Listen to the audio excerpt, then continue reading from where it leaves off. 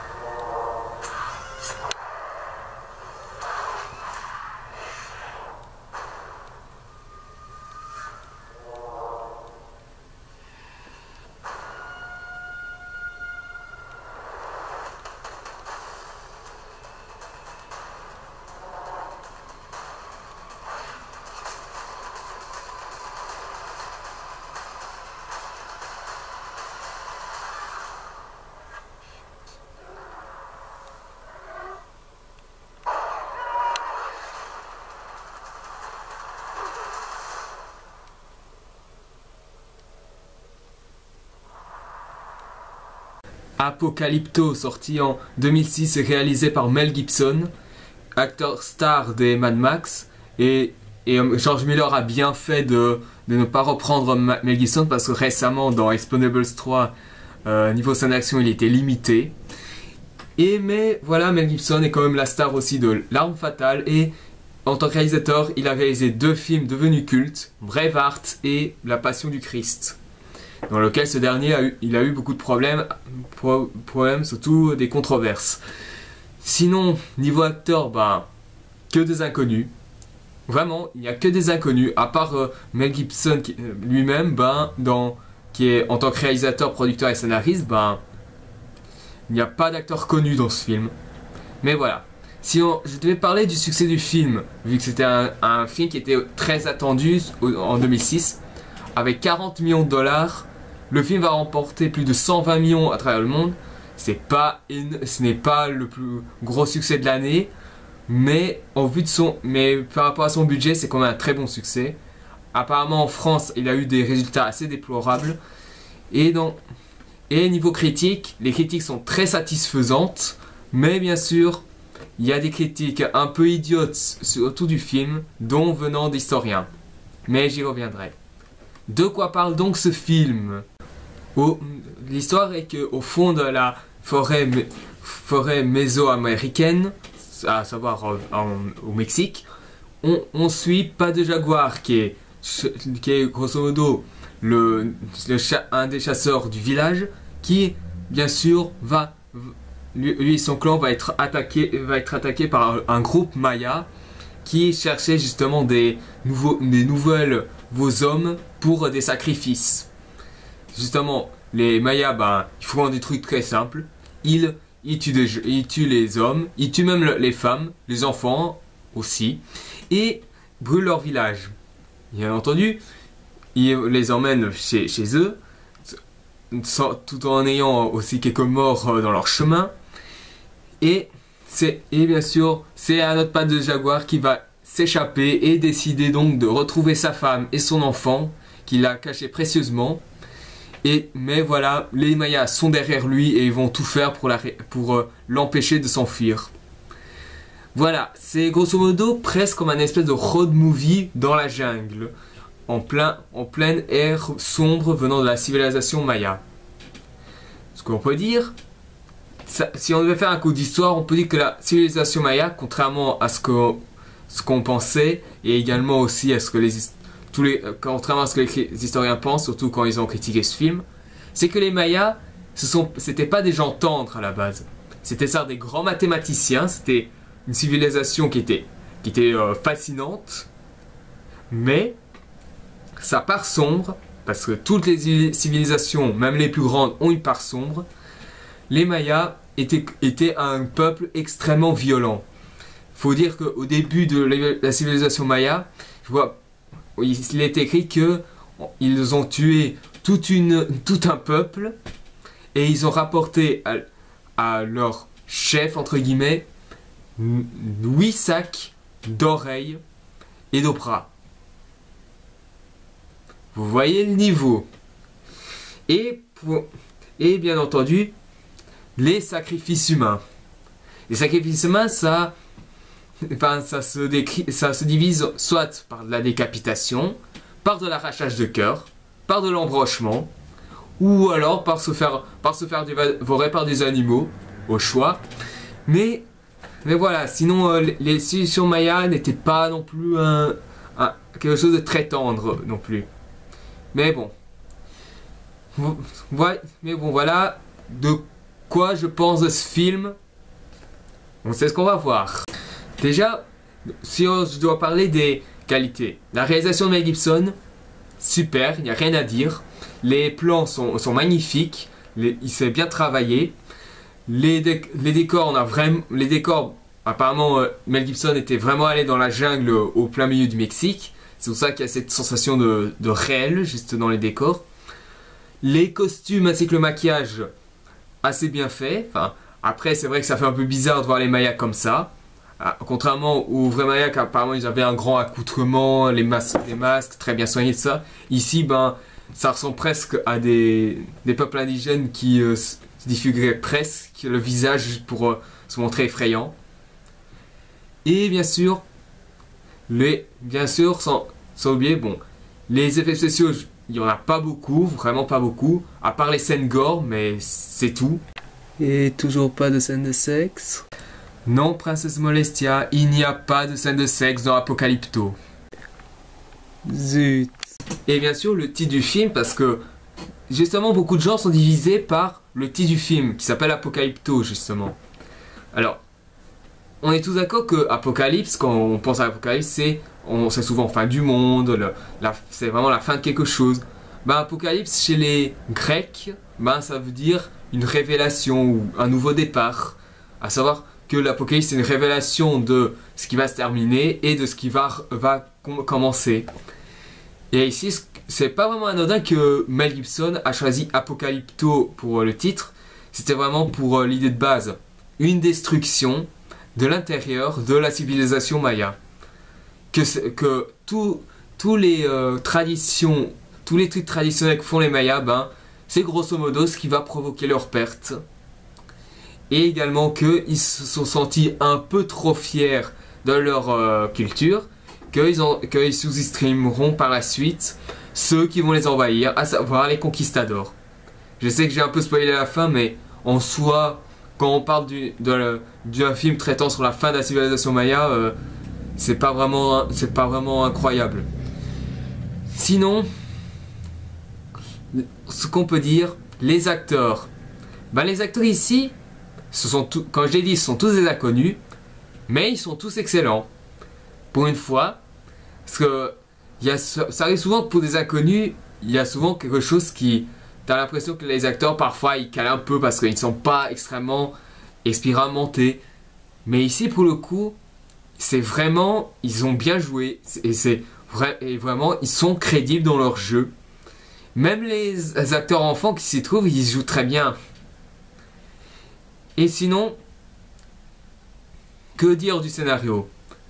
Le scénario est très bien construit, c'est un road movie, même si je sais que ça va pas du tout plaire à tout le monde. Mais bon, récortiquons tout ça.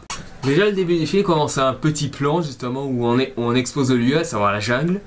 Et que bien sûr, on voit une tribu, la tribu de pattes de jaguar, qui chasse un porc.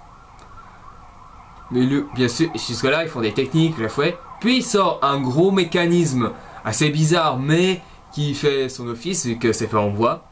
Tant que c'est pas fait en métal, ça va. Le bois, bien sûr, il embroche le porc, tout ça. Et bien sûr, les gens décident de leur faire bouffer des morceaux de l'animal, du moins ce qui est à l'intérieur. Et là...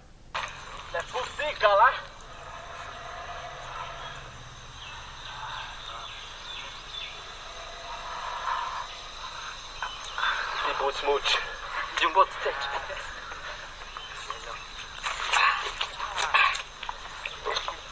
Tama na. Di mo na sini. Jumbo tech.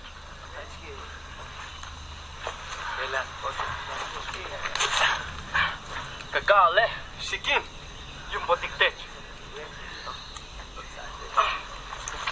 Dice check Cuyino. Uyel Kip. Ok. Moi-même, quand j'avais vu la première fois le film, Miam, j'ai jamais mangé des couilles de porc. tu aimes manger des couilles, toi. Bien sûr, j'en mange tous les jours. Mais bon, vous allez me dire, mais ce piège pour le cochon, enfin, le tapir plutôt, ce piège en fait, ça se déclenche que quand, enfin, ils te mettent un fil et ce qui va enlever un truc en os jaune et là, le mécanisme s'enclenche et ça t'embroche. Très simple. Puis pour vous dire, c'est que la scène où le village se fait attaquer, elle est quand même à peu près assez dure. À peu près la même façon comment Jésus se fait crucifier dans la croix dans la Passion du Christ. Ici, c'est quand même un passage plus ou moins dur, surtout quand les femmes se font également attaquer aussi. Et justement, on peut se dire aussi que les personnages, surtout des Mayas, on les rend quand même assez détestables dans cette scène. Ce qui est quand même le but, puisque on les montre comme des mecs violents, voire même horribles. C'est pour nous permettre, bien sûr, qu'ils nous énervent à un tel point qu'on a envie que leur mort soit la plus visible possible. Et ça va l'être, croyez-moi. Mais bon, si je vais un peu trouver comme défaut comme ça, c'est un road movie, c'est d'accord, comme j'ai dit. Savoir que le mec doit faire tel ou tel passage pour trouver quelque chose. Ici, le quelque chose, c'est retrouver sa femme et son enfant. Le truc, c'est que ce qui va sûrement pas plaire à tout le monde, c'est justement déjà le côté ultra violent du truc, parce que quand on connaît Braveheart et également La Passion du Christ, Mel Gibson, ce n'est pas un inconnu niveau film gore. Et aussi, on peut noter également le contexte du film, à savoir une période ultra sombre, ce qui explique pourquoi il y a beaucoup de morts dans ce film, et plus des Mayas que vraiment des gens du village, enfin. Mais il y a quand même un truc qui m'a vraiment énervé, surtout tout autour de ce film, c'est justement toutes ces polémiques juste derrière Apocalypto. Déjà, il a été accusé de racisme, de prôner la religion catholique. Je sais pas pourquoi il dit ça alors que presque tous les personnages qu'on voit là sont d'origine mexicaine. Enfin bon, mexicaine, et qui en plus les seuls chrétiens que j'ai vus dans ce film, c'est les conquistadors à la fin du film. Donc what the fuck. Et également un truc encore plus con, accusé de plagiat. Je vous jure que c'est vrai. On l'a également accusé de plagiat à cause justement d'un autre film, apparemment d'un vieux film. Je vais essayer de voir ça parce que je connais pas très bien le titre. Alors, il disait, ah oui, c'est justement ce plagiat a été fait par Juan Morakatlet, qui est le réalisateur de Retorno a Aztlán, qui est de 1991. J'ai pas vu le film, donc je peux pas encore dire ce que j'en pense. Mais ce qu'il disait, c'était que justement, il aurait copié certains éléments visuels. Comme par exemple l'exemple des Indiens peints en bleu, de la tête aux pieds. C'est juste une idée, mec. Ce n'est pas parce qu'il y a un seul élément de ton film qui a été pris que forcément c'est du plagiat. Le plagiat, c'est scénaristique. C'est tout. Parce que prendre une idée, c'est autre chose, mais si c'est le scénario qui est la même chose que l'autre, ça pose problème. Par contre, quand c'est un élément c'est juste un détail, on s'en fout. C'est comme dire que Avatar c'est un plagiat des Schtroumpfs parce que les navis sont en bleu. C'est juste complètement con. Et je ne parle pas non plus de cette controverse stéréotypée en disant bien sûr que, et c'est surtout au Guatemala que ça a été dit, c'est que justement ils disaient que c'était raciste à cause justement de diaboliser la culture indigène. Mais Mel Gibson il fait ce qu'il veut quand même. Parce que je sais pas, c'est son film. Et il est en même temps scénariste, producteur et réalisateur. Il est le cœur du projet. Donc s'il a envie de montrer les Mayas comme étant des monstres, les Mayas sont montrés comme des monstres. Point. C'est soit une idée que vous acceptez ou non. Et là, si vous n'acceptez pas, vous n'avez juste qu'à dire que ce n'est pas ce qu'on a pensé, c'est tout. Et pas juste crier au stéréotype ou au racisme juste pour un truc aussi con. Et je ne parle pas non. Et bien sûr, pour le côté historique, certains disaient que par exemple l'éclipse pour faire part d'une civilisation ancienne c'était un cliché des récits d'aventure, alors que je vous rappelle que dans l'histoire des Mayas, des Aztèques et des Incas, l'éclipse c'était justement un symbole de peur pour ces peuples, et sans également aussi dire que bien sûr que beaucoup de gens disent que c'est une grande faute, presque une tragédie qui présente ceci comme un film Maya, alors que je vous rappelle que pourquoi ils disent que c'est un film Maya? Pour la raison pour laquelle les personnages parlent le Maya, à savoir cette langue ancienne. Est-ce que vous avez écouté les interviews de Mel Gibson avant de dire des trucs comme ça? Je dis ça parce que Mel Gibson avait dit, je cite, qu'il voulait rendre son film authentique. Ça veut dire qu'il le rende assez unique en soi. Et quoi de plus de le rendre unique qu'au lieu d'utiliser des langues simples comme l'anglais ou le français pour le politiquement correct, c'est d'utiliser une langue morte, le Maya Yucatan, qui est bien sûr la langue parlée pour les Mayas. C'est juste simple, il suffit juste de fouiller.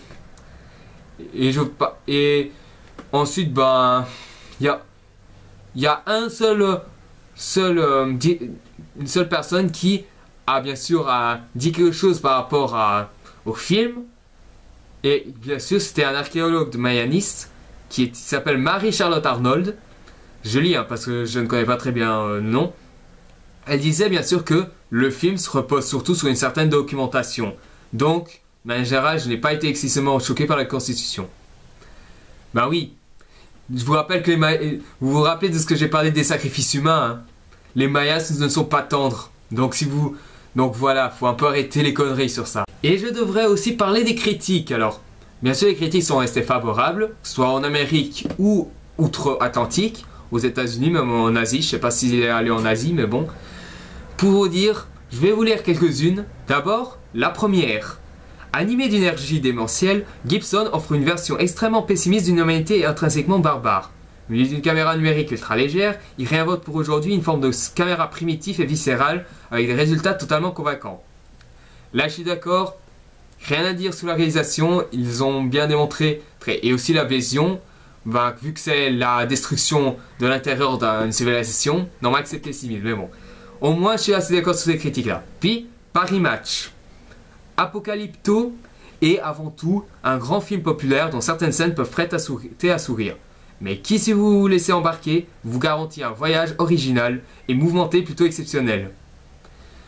Quant à grand film populaire, je ne vois pas trop en quoi il veut dire. Peut-être que c'est pour tout.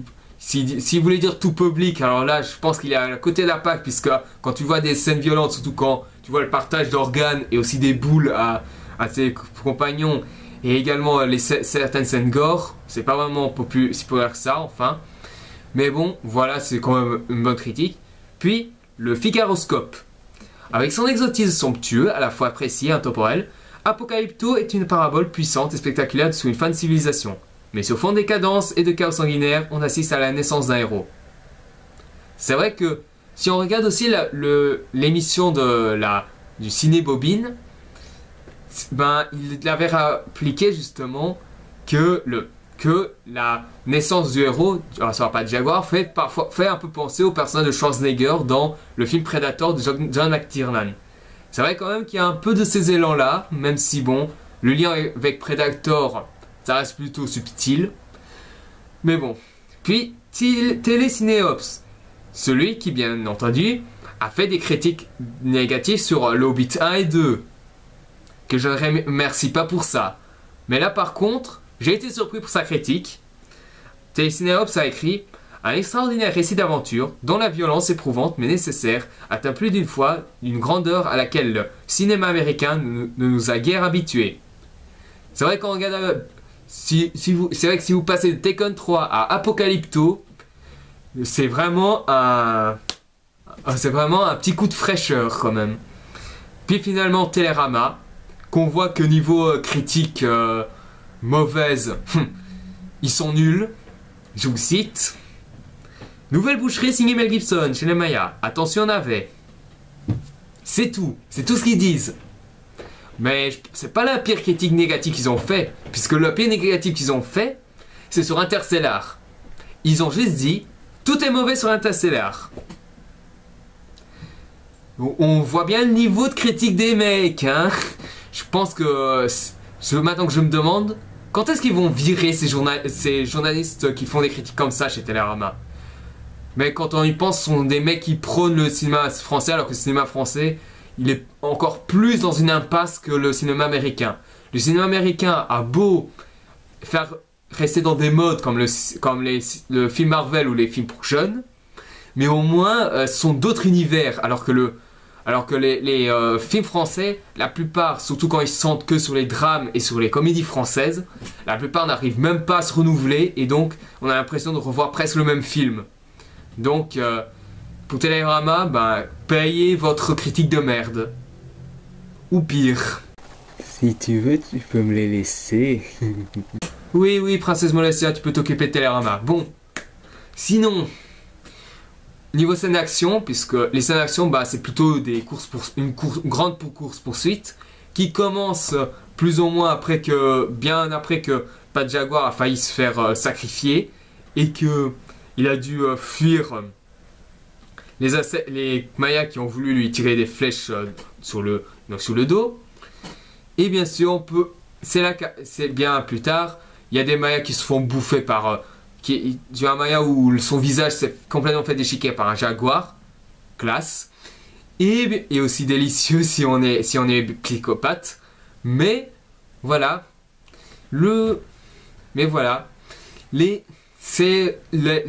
moi, mon meilleur passage, c'est lorsqu'il se débarrasse du mec qui lui a appelé Presque.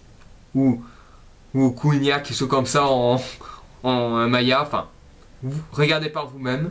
Pour vous expliquer ce qui se passe dans la scène, bon, après que Pat Jaguar a montré à ses mayas qu'il est badass, bien sûr, il se met face au mec, bien sûr, qui a tué son meilleur copain et qui lui a dit devant lui qu'il s'appellerait Presque. Je vous fais la traduction française parce qu'en maya, je sais pas comment le dire.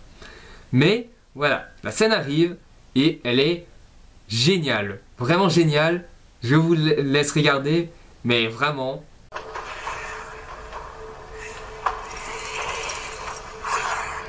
Putain que j'adore ce ralenti.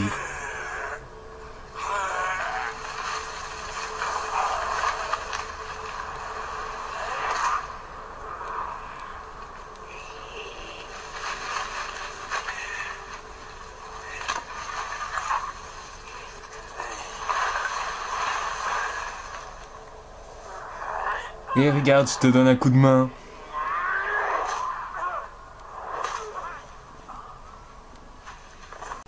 Joli.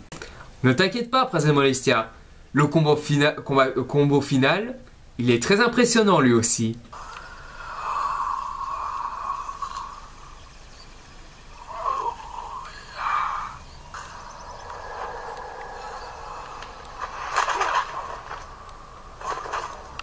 Et un salopard de moins 1 à kill suivant.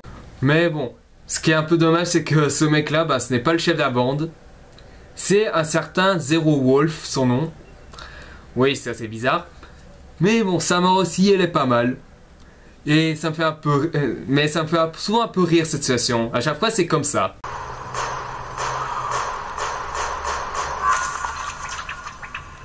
Au revoir, connard!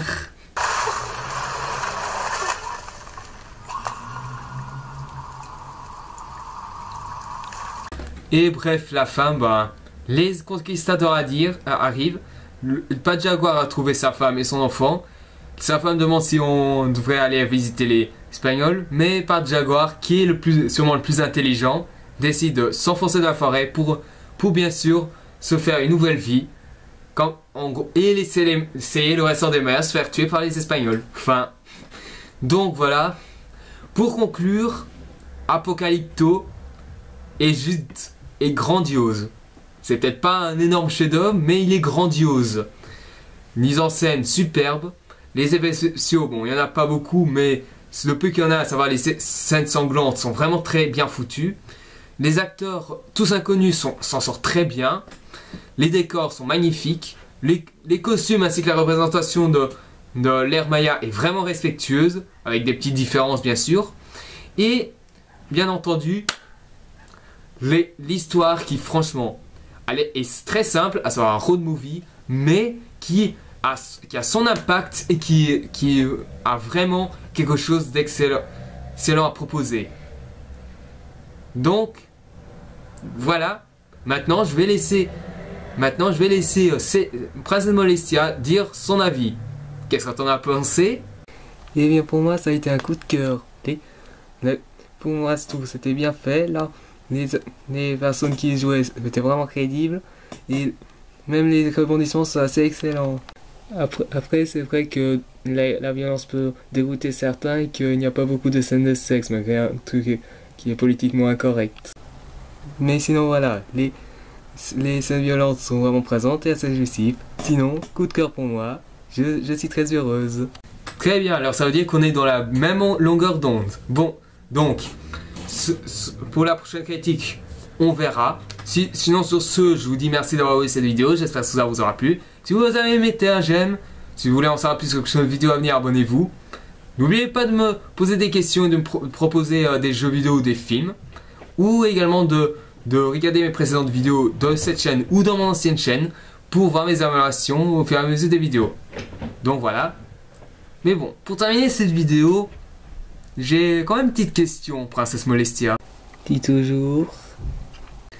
Est-ce que tu as un film dans lequel tu détestes le plus au monde? Je dis ça parce que pour moi, le film que je déteste le plus au monde, c'est Alone in the Dark de Uwe Boll. Mais non, pour toi, quel est le film que tu détestes le plus et que t'as pas du tout envie de revoir? À vrai dire, oui.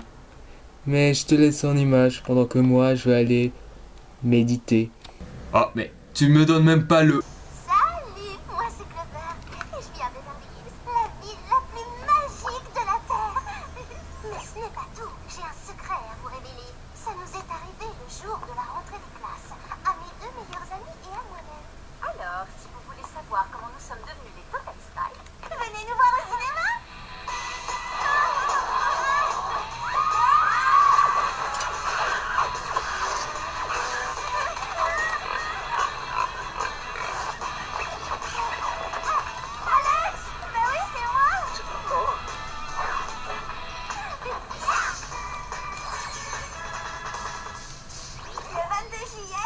Ah, ouais.